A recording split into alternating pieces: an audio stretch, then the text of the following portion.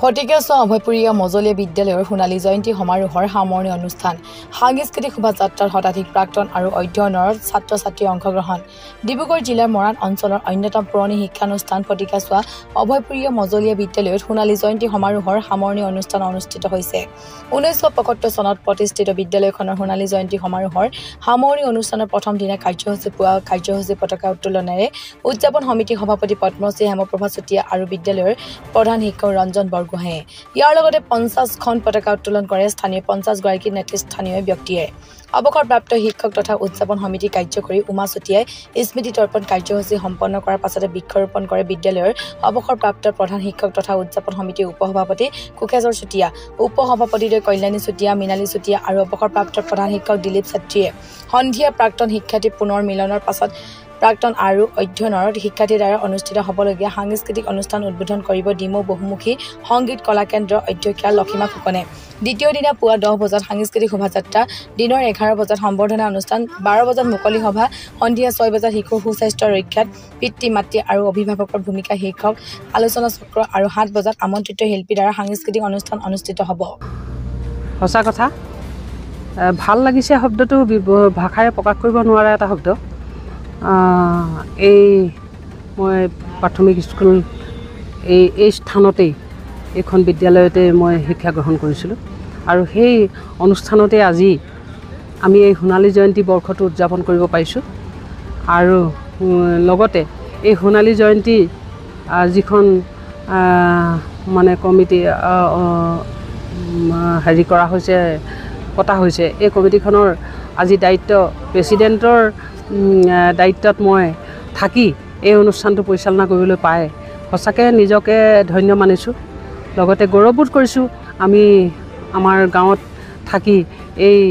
সোণালী জয়ন্তী বৰ্ষটো আমি পালন কৰিবলৈ পাই খুব ভাল লাগিছে কালি দুদিনীয়া কাৰ্যসূচী আছিল যোৱাকালি আমাৰ কাৰ্যসূচী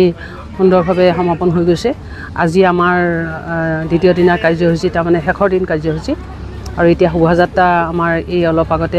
শোভাযাত্ৰা ওলাই গৈছে আৰু ইয়াৰ পিছতে তাৰ পিছৰ কাৰ্যসূচীবোৰ আৰম্ভ হ'ব গধূলিলৈ আমাৰ সাংস্কৃতিক সন্ধ্যা আছে গতিকে এনেধৰণে আমি যোৱাকালি খুব সুন্দৰভাৱে আমাৰ অনুষ্ঠানটো হৈ গ'ল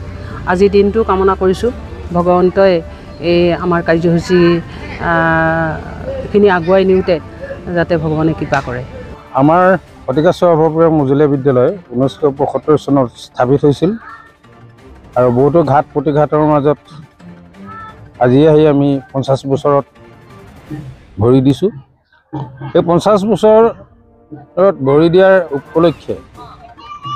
আমি ফটিকেশ্বৰবাসী ৰাইজ আৰু বিদ্যালয়ৰ পৰিয়ালবৰ্গই সন্মিলিতভাৱে আমি এই বৰ্ষটো সোণালী জয়ন্তী বৰ্ষ হিচাপে উদযাপন কৰিছিলোঁ আৰু আজি আমাৰ এই সোণালী জয়ন্তী উদযাপনৰ সামৰণি অনুষ্ঠানৰ দ্বিতীয় দিন যোৱাকালি আমাৰ পতাকা উত্তোলন স্মৃতি তৰ্পণ তাৰপিছতে আমাৰ কি কয় হেৰি জুবিন গাৰ্গৰ প্ৰতি আমাৰ শ্ৰদ্ধাঞ্জলি অনুষ্ঠান হ'ল ইয়াৰ পিছতে আমাৰ প্ৰাক্তন ছাত্ৰ ছাত্ৰী মিলন সমাৰোহ অন্তৰংগ আলাপ নামৰ এটা অনুষ্ঠান আমাৰ অনুষ্ঠিত হ'ল আৰু ইয়াত আমাৰ বিদ্যালয়ৰ প্ৰাক্তন ছাত্ৰ ছাত্ৰীসকলে সবলভাৱে অংশগ্ৰহণ কৰি অনুষ্ঠানটি সাফল্যমণ্ডিত কৰি তুলিলে তাৰ বাবে মই সমূহ প্ৰাক্তন ছাত্ৰ ছাত্ৰীক মোৰ ফালৰ পৰা শ্ৰদ্ধা নিবেদিছোঁ আৰু সন্ধিয়ালৈ আমাৰ ফটিকেশ্বৰ অভয়পুৰীয়া মজলীয়া বিদ্যালয়ৰ ছাত্ৰ ছাত্ৰীসকলৰ দ্বাৰা এটা বিচিত্ৰানুষ্ঠান কৰা হৈছিল আৰু সেইটোত আমাৰ বিদ্যালয়ৰ ছাত্ৰ ছাত্ৰীসকলে লেখত ল'বলগীয়া এক উন্নত মানৰ সাংস্কৃতিক কাৰ্যসূচী সমাপন কৰিলে আৰু আজি আমাৰ পুৱাৰ কাৰ্যসূচী হিচাপে ইতিমধ্যে আমাৰ সাংস্কৃতিক শোভাযাত্ৰা মুকলি হৈ গৈছে আৰু এই সাংস্কৃতিক শোভাযাত্ৰাৰ পিছত আমাৰ প্ৰথম কাৰ্যসূচী হ'ব প্ৰাক্তন শিক্ষক শিক্ষয়িত্ৰী সকলক সম্বৰ্ধনা জনোৱা। তাৰপিছতে আমাৰ মুকলি সভা আৰম্ভ হ'ব আৰু মুকলি সভাৰ শেষত সন্ধিয়ালৈ আমাৰ ডিব্ৰুগড় অসম চিকিৎসা মহাবিদ্যালয়ৰ বিশিষ্ট চিকিৎসক ডাক্তৰ অনুৰাধা বৰুৱা চুতীয়া দেৱৰ মানে তত্ত্বাৱধানত শিশুৰ স্বাস্থ্য সজাগতাৰ ওপৰত এক